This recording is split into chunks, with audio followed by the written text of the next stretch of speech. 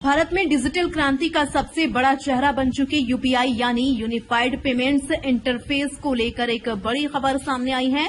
करोड़ों लोग हर दिन चाय की दुकान से लेकर बड़े शोरूम तक यूपीआई के जरिए भुगतान करते हैं, लेकिन अब सवाल यह उठ रहा है कि क्या आने वाले दिनों में यह सुविधा मुफ्त नहीं रहेगी? क्या 2000 रुपये से ज्यादा के यूपीआई भुगतान पर अतिरिक्त शुल्क देना होगा? क्या व्यापारियों पर लगने वाला यह शुल्क ग्राहकों तक पहुंचेगा? क्या डिजिटल इंडिया की सबसे बड़ी उपलब्धि अब लोगों की जेब पर अतिरिक्त बोझ डालने वाली है? इन तमाम सवालों के जवाब जानने के लिए देखिए यह विशेष रिपोर्ट। भारत में डिजिटल भुगतान व्यवस्था ने पिछले कुछ वर्षों में जिस तेजी से लोगों की जिंदगी को आसान बनाया है, उसमें यूपीआई की भूमिका सबसे अहम रही है। चाय की छोटी दुकानों से लेकर बड़े शॉपिंग मॉल तक हर जगह यूपीआई भुगतान आम बात हो गई है, लेकिन अब इसी व्यवस्था को लेकर एक नई बहस शुरू हो गई है। केंद्र सरकार की ओर से संसद में पेश किए गए taxation and other laws bill के बाद यह चर्चा तेज हो गई है कि आने वाले समय में 2000 रुपये से अधिक के यूपीआई भुगतान पर मर्चेंट डिस्काउंट रेट लगाया जा सकता है। फिलहाल सरकार की ओर से कोई अंतिम फैसला नहीं लिया गया है, लेकिन इस प्रस्ताव ने व्यापारियों, बैंकों, फिनटेक कंपनियों और आम लोगों के बीच चिंता बढ़ा दी है।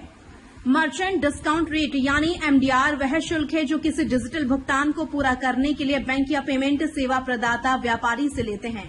अभी तक यूपीआई भुगतान पर यह शुल्क नहीं लिया जाता था, लेकिन प्रस्तावित बदलाव के बाद सरकार को इसे लागू करने का अधिकार मिल सकता है। विशेषज्ञों के अनुसार यूपीआई के बढ़ते इस्तेमाल के कारण बैंकों और भुगतान सेवा प्रदाताओं पर लगातार आर्थिक बोझ बढ़ रहा है। इसी वजह से एमडीआर को दोबारा लागू करने की मांग लंबे समय से की जा रही थी। प्रस्ताव के अनुसार 2000 रुपये से अधिक के व्यावसायिक यानी मर्चेंट ट्रांजैक्शन पर 0.25% से 0.40% तक शुल्क लगाया जा सकता है। हालांकि एक व्यक्ति द्वारा दूसरे व्यक्ति को भेजी जाने वाली रकम पर किसी प्रकार का कोई शुल्क नहीं लगाया जाएगा। अगर कोई ग्राहक किसी बड़े शोरूम में 10,000 रुपये का भुगतान करता है और उस पर 0.40% तक की दर से शुल्क लगाया जाता है तो लगभग 40 रुपये अतिरिक्त देने पड़ सकते हैं। हालांकि यह पूरी तरह इस बात पर निर्भर करेगा कि व्यापारी यह खर्च स्वयं उठाता है या ग्राहकों पर डालता है। सरकारी सूत्रों के अनुसार दूध, सब्जी, किराने की दुकान, ऑटो और टैक्सी जैसी रोजमर्रा की सेवाओं पर इसका असर पड़ने की संभावना बहुत कम है। सरकार का मानना है कि 2000 रुपये से कम के लगभग 95% लेन देन पूरी तरह शुल्क मुक्त रह सकते हैं। यह भी कहा जा रहा है कि सरकार शुल्क की अधिकतम सीमा तय कर सकती है ताकि व्यापारियों और ग्राहकों पर अतिरिक्त बोझ न पड़े। जुलाई 2026 में यूपीआई के माध्यम से लगभग 23.7 अरब लेन देन किए गए, जिनकी कुल कीमत करीब 29.9 लाख करोड़ रुपए रही। यह आंकड़ा इस बात का प्रमाण है कि यूपीआई अब केवल भुगतान का माध्यम नहीं बल्कि भारत की अर्थव्यवस्था की रीढ़ बन चुका है।